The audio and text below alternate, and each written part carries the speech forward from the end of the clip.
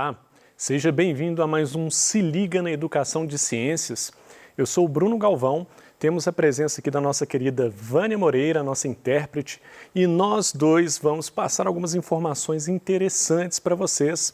Nós vamos continuar o assunto de máquinas simples, essa é então a segunda parte da nossa aula, e essa aula é voltada para você, aluno do 7º ano do ensino fundamental.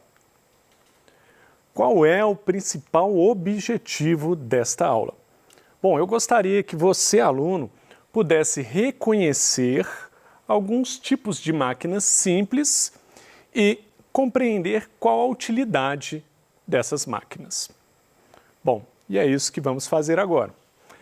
Para tanto, nós vamos apenas relembrar o conceito de máquinas e rapidamente relembrar um pouquinho do conceito da aula anterior, quando a gente falou de máquinas simples e demos alguns exemplos.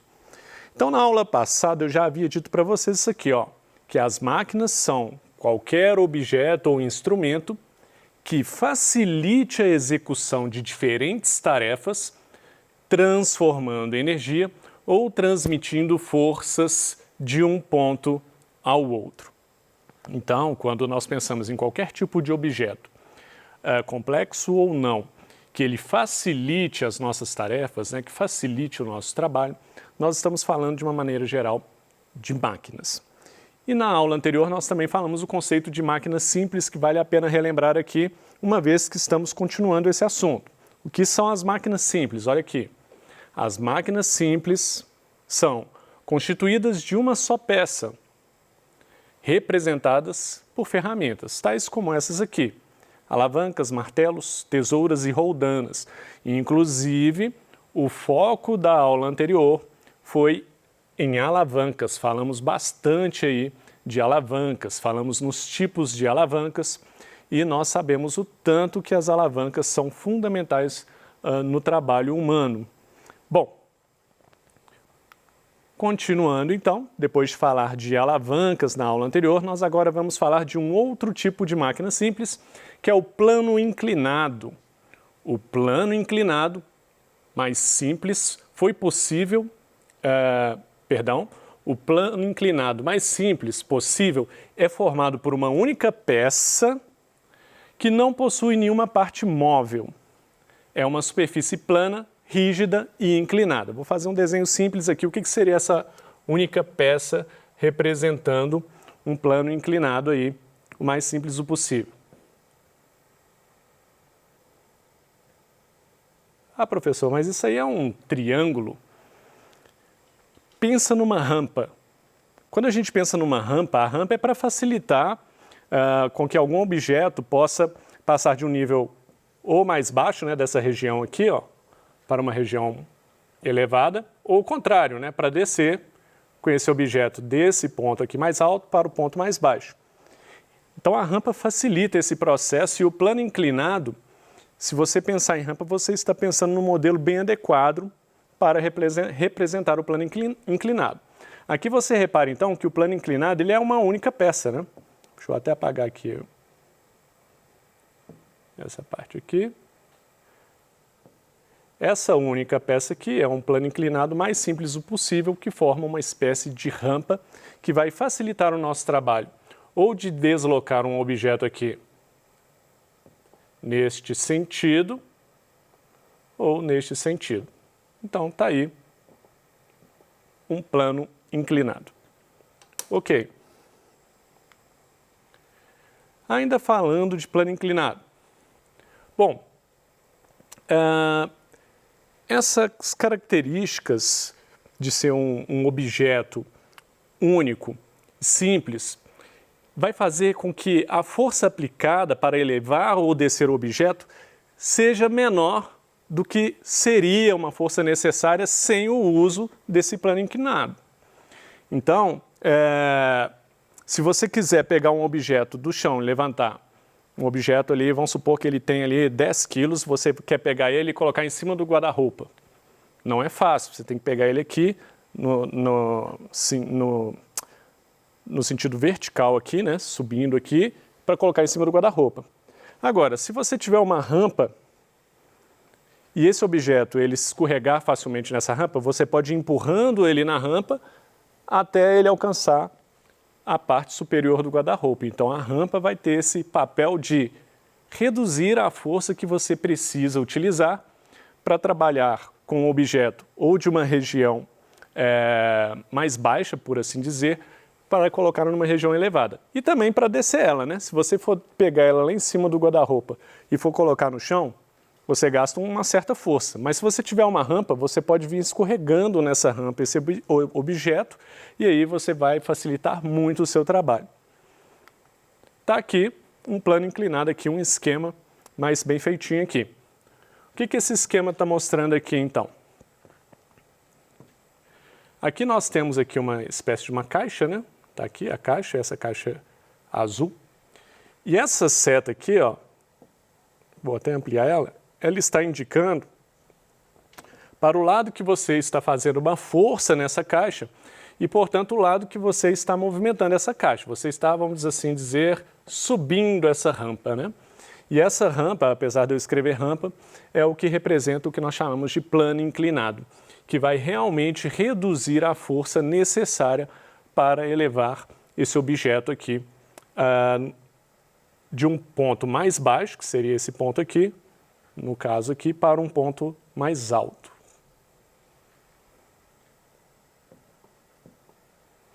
Ok, então isso é um plano inclinado, é uma ferramenta muito simples. Quando a gente pensa em alavancas, que nós vimos na aula anterior, e a gente ainda pensa em plano inclinado, e aí você já começa a entender como que podem ter sido construídas, né, as pirâmides do Egito, por exemplo. Com ferramentas muito simples, que são máquinas simples, como rampas, como alavancas, mas que facilitavam e diminuíam muito a força necessária para erguer aqueles blocos gigantes. Então essas são algumas das ferramentas, inclusive aí, que eram utilizadas na época. Cunha. Bom, o que seria a cunha? É um resultado da associação de dois planos inclinados. Então, a gente acabou de ver plano inclinado. Tem que ter uma associação de dois. Daqui a pouco eu vou mostrar como que é isso. Esses planos inclinados, apoiados um no outro, pela sua base, formando um objeto pontiagudo. O que nós temos de exemplos aí de cunha, que formam objetos pontiagudos? Nós temos as agulhas, os pregos, as enxadas, as facas. Vamos ver como é que é isso? Está aqui um prego. O prego é um tipo de cunha, certo? Aonde que está esses dois planos inclinados, professores? Olha aqui, eu olhando o prego aqui de pé, a gente tem que pensar que esse ponto aqui está inclinado, não é verdade?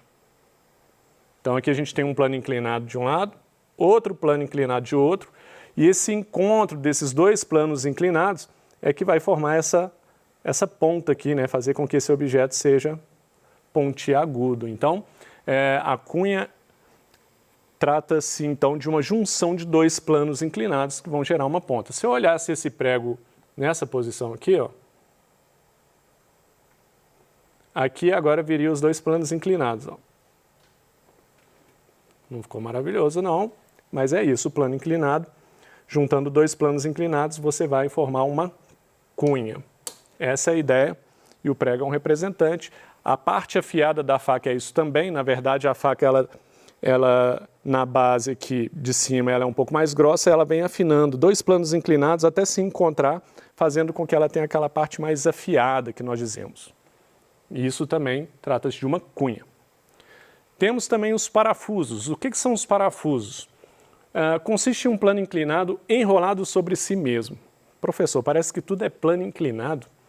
De certa forma, todos têm relação com plano inclinado. Então, olha só, é um plano inclinado enrolado sobre si mesmo. O parafuso se encaixa no local desejado, sem que seja necessário aplicar muita força sobre ele. Então, mais um objeto para a gente economizar força aí.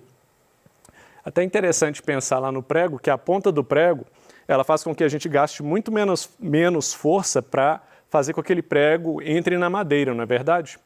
Então, ali também você está reduzindo a força necessária. Os parafusos também vão permitir que você reduza a força para inseri-lo numa madeira ou numa parede. Acontece que essa ideia aqui dele ser um plano inclinado enrolado sobre si mesmo, às vezes não é muito claro e eu vou mostrar aqui. Temos aqui um parafuso. Reparem aqui, ó. Isso aqui não é um plano inclinado? Olha só como é que está inclinada essa reta que eu fiz. Só que ela passa por trás do parafuso aqui, ó, e vem aqui outro plano inclinado. Aí passa por trás do parafuso, outro plano inclinado. Passa por trás do parafuso. É como se fosse assim, ó, um plano inclinado, aí ele girando sobre si mesmo, formando vários planos inclinados. Então, cada descidinha dessa aqui, ó, é um plano inclinado, ó, na verdade, olha. Então, os parafusos são isso. Trata-se de um plano inclinado enrolado sobre si mesmo. Essa é a ideia aí de plano inclinado para explicar os parafusos, dada a importância do plano inclinado nas ferramentas, nas máquinas simples. Ok, rodas, a famosa invenção da roda, que tanto se fala, né? Que o homem, depois que ele inventou o fogo e depois que ele inventou a roda, aí as coisas andaram realmente muito rápido. Bom, a roda é um objeto circular que pode girar em torno do seu centro, né? Aqui no caso desse desenho eu representei o centro de cor amarela. A roda é capaz de transmitir de forma ampliada forças aplicadas em sua borda, a um eixo fixo no centro, tal como uma alavanca. Então, a roda, né, além dela facilitar o deslocamento de objetos através de carroças, de carros, etc., a ideia da roda é que uma força aplicada aqui, ó, se você aplicar uma força aqui no lado mais externo, fazendo com que ela gire nesse sentido, essa força ela vai ser muito ampliada aqui no meio. Então, se nesse centro aqui dessa roda, vou colocar aqui de preto aqui, ó, se você tiver um eixo aqui ligado aqui para movimentar uma corda ou para movimentar algum outro objeto, você vai ter uma força nesse centro da roda ampliada.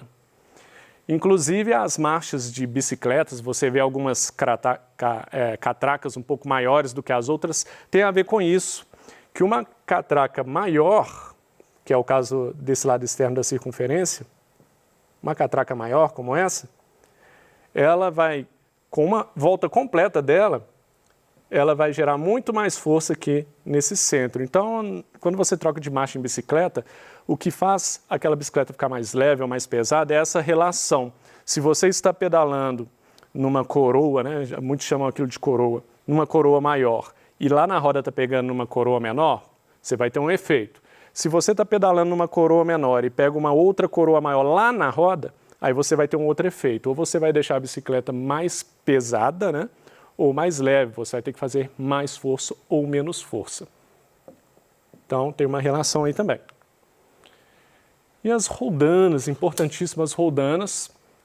As roldanas ou polias são um disco, que pode ser de madeira, de plástico ou de metal, e pode girar em torno de um eixo que passa pelo seu centro, semelhante às rodas ali, além de possuir uma gola por onde passa um cabo. Bom, eu vou mostrar isso agora mesmo, o que é essa gola.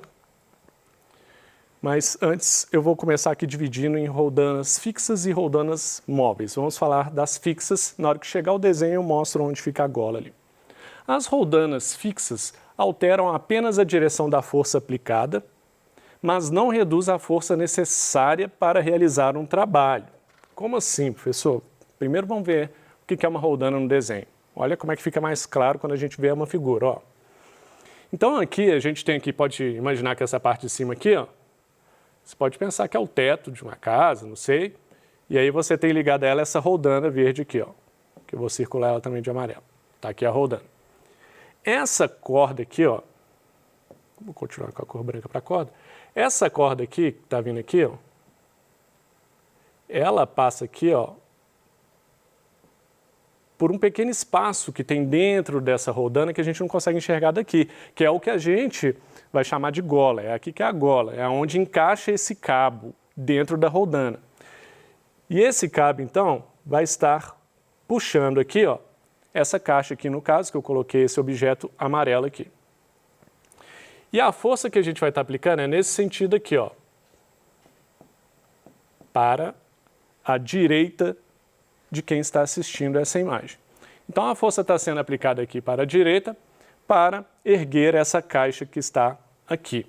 Acontece que esse tipo de roldana, ela é fixa, ela está fixa aqui, ó, está fixa aqui nesse teto, certo?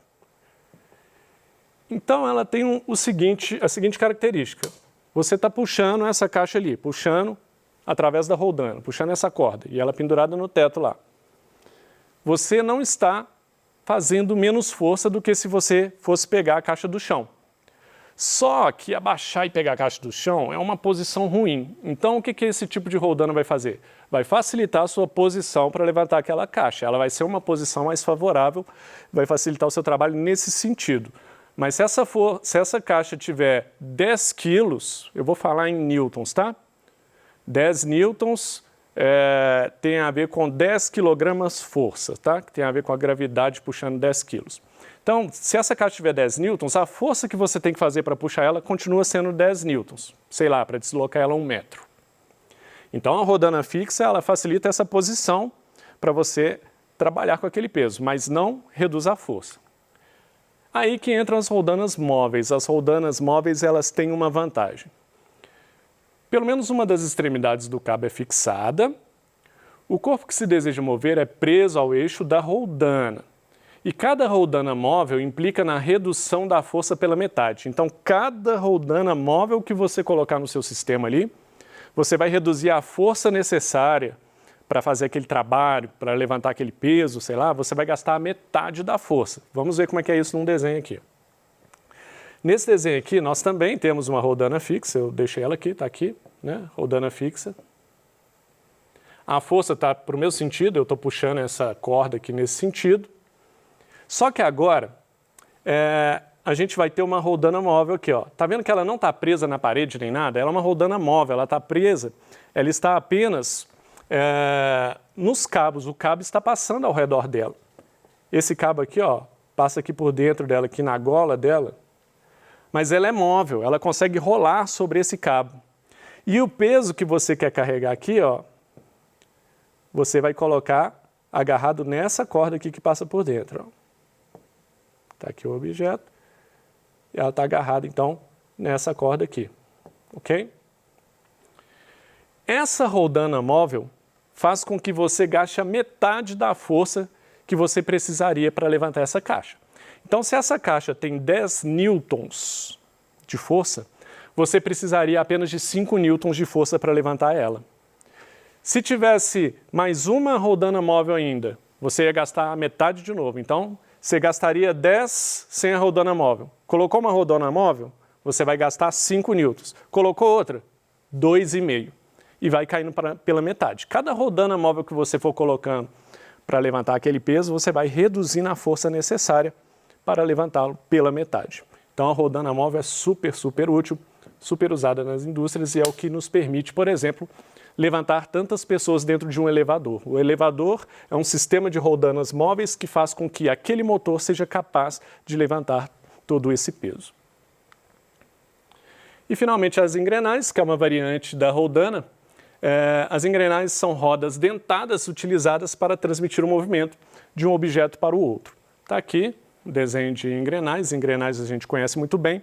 E também tem essa relação, se uma engrenagem é maior do que a outra, ela pode reduzir ou aumentar aquela força necessária. Aí vai depender de qual a engrenagem que está fazendo a força, né? Qual que está ligada diretamente no motor. Uma engrenagem maior ligada no motor, ela vai fazer com que aquela engrenagem menor faça muito mais força. E o contrário também pode acontecer. Se o motor estiver ligado nessa engrenagem menor aqui, ó, ela vai transmitir uma força menor para essa engrenagem maior. Vai fazer uma força menor nessa engrenagem maior e vice-versa. Engrenagem era só isso mesmo, era só para vocês terem uma ideia do que é uma engrenagem. O foco hoje mais era no plano inclinado, era mais na cunha e era mais nas roldanas fixas e móveis. É isso, aqui os pontos principais da aula de hoje. Nós falamos de ponto inclinado, falamos dos parafusos, nós falamos das rodas e roldanas e fechamos aqui com uma ideia geral sobre engrenagens. Aqui algumas referências bibliográficas, caso você se interesse por mais detalhes sobre o assunto. Mais um pouquinho. E é isso. No mais, eu desejo a vocês todos bons estudos.